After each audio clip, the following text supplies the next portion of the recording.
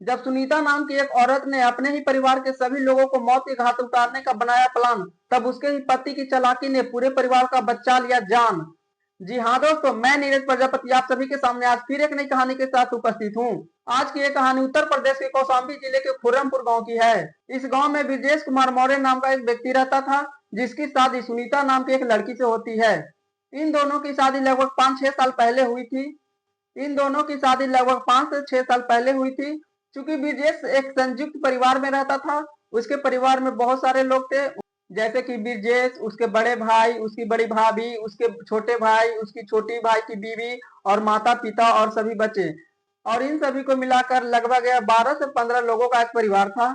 और यही बात ब्रजेश की पत्नी सुनीता को पसंद नहीं थी।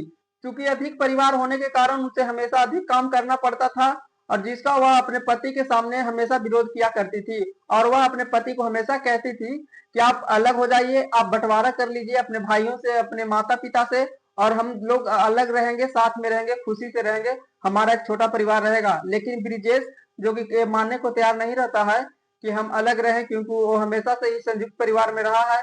उसे पता है कि संयुक्त परिवार की क्या अहमियत होती है, वो अच्छी तरीके से जानता था। यही वजह था कि वो अपने माता पिता और अपने भाई भाभीियों को छोड़ना नहीं चाहता था, और वह हमेशा इस बात को टाल देता था। जब भी सुनीता कहती थी कि तुम बंटवारे कर लो और हम लोग अलग रहेंगे, और इसी तरह से ब्रजेश हमेशा ही अपनी पत्नी सुनीता की इन बातों को नजरअंदाज कर देता था, जिसके कारण सुनीता हमेशा अपने पति से नाराज रहती थी।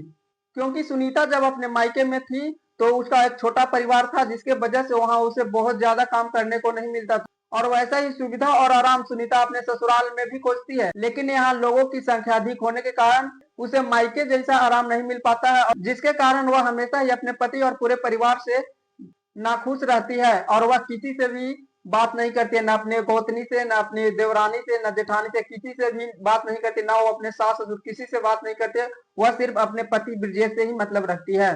लेकिन केवल पति के कारण उसे घर के सारे काम करने पड़ते हैं।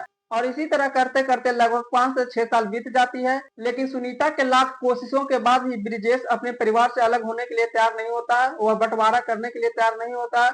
और जिसके बाद उसकी पत्नी काफी नाराज हो जाती है, और फिर एक दिन गुस्से में आकर एक ऐसा कदम उठाती है जिसे जानकर आपका भी दिल दहल जाएगा। जी हाँ दोस्तों, चूंकि रसोई का काम वही करती थी, तो वह एक दिन मार्केट जाती है और मार्केट से लगभग 7 से 8 सल्फास की गोलियां लाती है।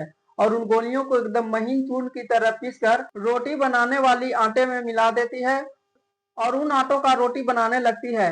और इसी बीच सुनीता के पति ब्रजेश कुमार, जो कि किसी काम से रसोई के अंदर आता है, तो उसे एक बहुत ही तेज दुर्गंध जैसा महसूस होता है, जिसका गंध उसे बिल्कुल ही अलग लग रहा होता है।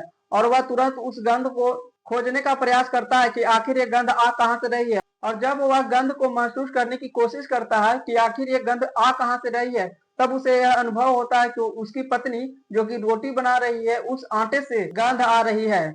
और इसके बाद जब वह अपनी पत्नी सुनीता से पूछता है कि आखिर तुम इसमें क्या मिलाई हुई, इसमें किस चीज का गंध आ रहा है, तो सुनीता शुरू में तो नहीं बताती है, लेकिन फिर काफी टॉर्चर करने के बाद वह इस बात को मानती है कि हाँ, मैं इसमें सल्फास की गोलियां मिलाई है। जिसके बाद पति यह सुनते ही तुरंत 112 डायल करता है और पुलिस को अपने घर बुला लेता है।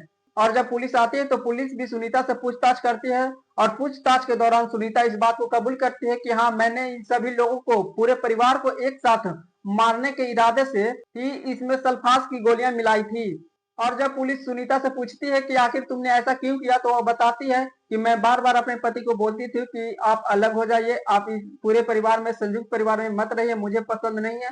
लेकिन वो नहीं मानते हैं, और जिसके वजह से मुझे अंत में एक कदम उठाना पड़ा।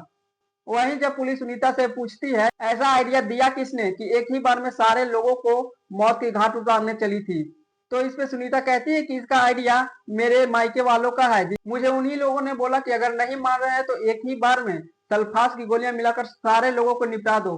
और यह सुनकर पुलिस भी हैरान रह गई। और इसके बाद सुनीता को तुरंत पुलिस अपनी हिरासत में ले लेती है, तथा पति ब्रजेश कुमार सुनीता के ऊपर एफआईआर दर्ज करती है, और न्यायालय में सुनीता को 7 साल की सजा सुनाई जाती है। तो दोस्तों, आप सभी को अगर ये वीडियो अच्छी लगी हो तो वीडियो